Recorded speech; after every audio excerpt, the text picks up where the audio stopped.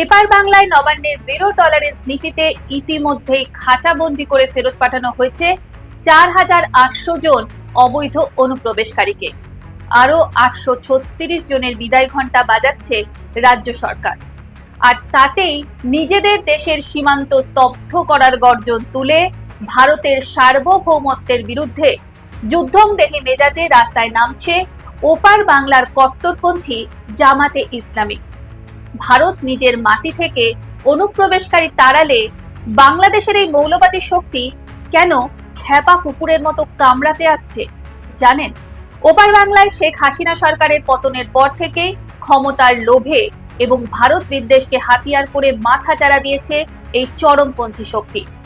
এপার বাংলা থেকে যখন আইনি প্রোটোকল মেনে অবৈধদের তাড়ানো হচ্ছে, তখন এই তথাকথিত ধর্মগুরুরা ভারতের বিরুদ্ধে ভুয়ো পুশিনের তত্ত্ব খাড়া করে সীমান্তবর্তী জেলাগুলোতে আগুন লাগানোর মরিয়া চেষ্টা করছে। আসলে আন্দোলনের নামে আদতে নিজেদের গায়ের জ্বালা আর চরম আতঙ্ক ঢাকতে চাইছে জামাত নেতৃত্ব।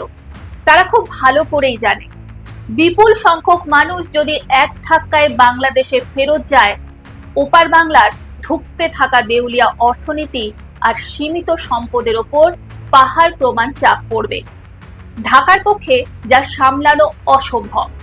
নিজেদের দেশের আমজনতার অভ্যন্তরীণ ক্ষোভ যাতে এই মৌলবাদীদের দিকে ঘুরে না যায়, তাই আগেভাগেই সস্তা ভারত বিরোধিতার তাস খেলে বাংলাদেশের মানুষকে বোকা বানানোর চেষ্টা করছে এই গোষ্ঠী।